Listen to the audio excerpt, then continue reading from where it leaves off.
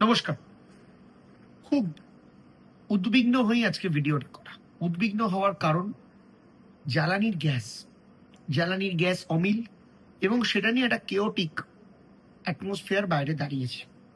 Chaotic atmosphere কেন? কারণ কি সরকারের কোনো সঠিক পরিকল্পনা নেই, কোনো প্ল্যানিং নেই, এবং এই কোনো প্ল্যানিং এবং পরিকল্পনা না থাকাতে মানুষ হয়রানির শিকার হচ্ছে। তারা মানুষকে নোটের লাইনে দাঁড়িয়েছে, ভোটের এসআইআর এর জন্য লাইনে দাঁড় করিয়েছে, এখন গ্যাসের জন্য লাইনে দাঁড় করাচ্ছে কেন্দ্রীয় সরকার। একে তো গ্যাসের দাম বাড়িয়ে দিয়েছে, তারপর কখনো বলছে 2.5 দিন, কখনো বলছে 25 দিন, কখনো বলছে 2 দিন। কোনো বেসিক ঠিক ঠিকানা নেই এই সরকার। আপনারা দেখুন, শুধুমাত্র এই নয়, যে এমার্জেন্সি কাজগুলো লাগে, যেমন হসপিটালের খাবার, হসপিটাল হাহাকার করছে। ছাত্রদের মিড ডে মিল, মা ক্যান্টিন, সবগুলোর মধ্যেই একটা প্রশ্ন চিহ্ন দাঁড়িয়ে যাচ্ছে যে গ্যাস কবে পাওয়া যাবে। এছাড়া সাধারণ মানুষ তারা লাইনে দাঁড়িয়ে আছে, তারা গ্যাস চাইতে যাচ্ছে। গ্যাসের ডিস্ট্রিবিউটার যারা আছেন তারা হয়রানির মধ্যে পড়ছে। তারা কুল কিনারা নেই, তাদের কাছে কোনো প্রপার ডাইরেকশন নেই সরকার। আমাদের নেত্রী বাংলার মাননীয় মুখ্যমন্ত্রী মমতা বন্দ্যোপাধ্যায় সরকারের কাছে জানতে চেয়েছেন, কেন্দ্রীয় সরকারের কাছে জানতে চেয়েছেন যে কি এক্সাক্ট পরিকল্পনা আছে, কি এক্সাক্ট চিন্তাধারা আছে তাদের। কিন্তু এখনো পর্যন্ত কেন্দ্রীয় সরকার সঠিক কোনো গাইডলাইন দিতে পারছে না।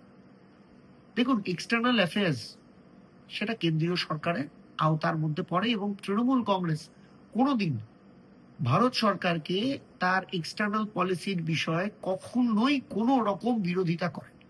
বরাবর তৃণমূল কংগ্রেস বলে এসছে ভারতবর্ষের কেন্দ্রীয় সরকার তার যে পররাষ্ট্র নীতি থাকবে সেটা তৃণমূল কংগ্রেস তাকে সমর্থন করবে দেশের স্বার্থে, ফর ন্যাশনাল ইন্টারেস্ট। কিন্তু এই যে পূর্ব কোনো পরিকল্পনা না থাকার ফলে আজকে সারা দেশ, সারা বাংলার মানুষ হয়রানির শিকার হচ্ছে, চিন্তার শিকার হচ্ছে। শুধু তা নয়, মিড ডে মিল পর্যন্ত বন্ধ হয়ে গেছে।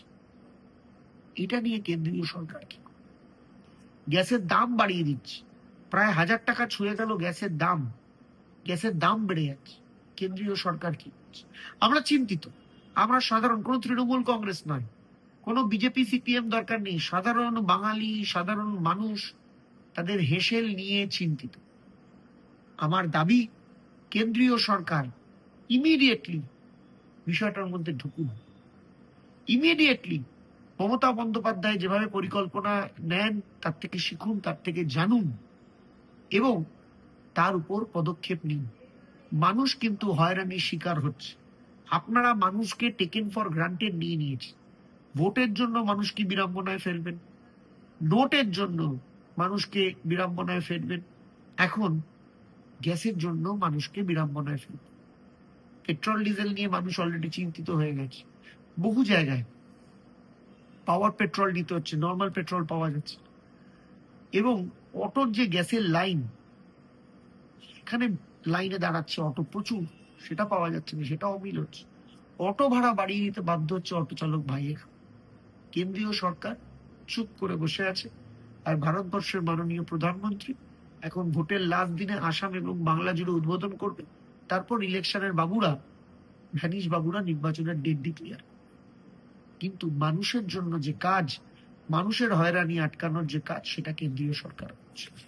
তাই আমরা সবাই, বাংলার মানুষ সবাই প্রতিবাদ করছি এবং দাবি করছি কেন্দ্রীয় সরকার ইমিডিয়েটলি এই ব্যাপারটার মধ্যে একটা সঠিক পদক্ষেপ।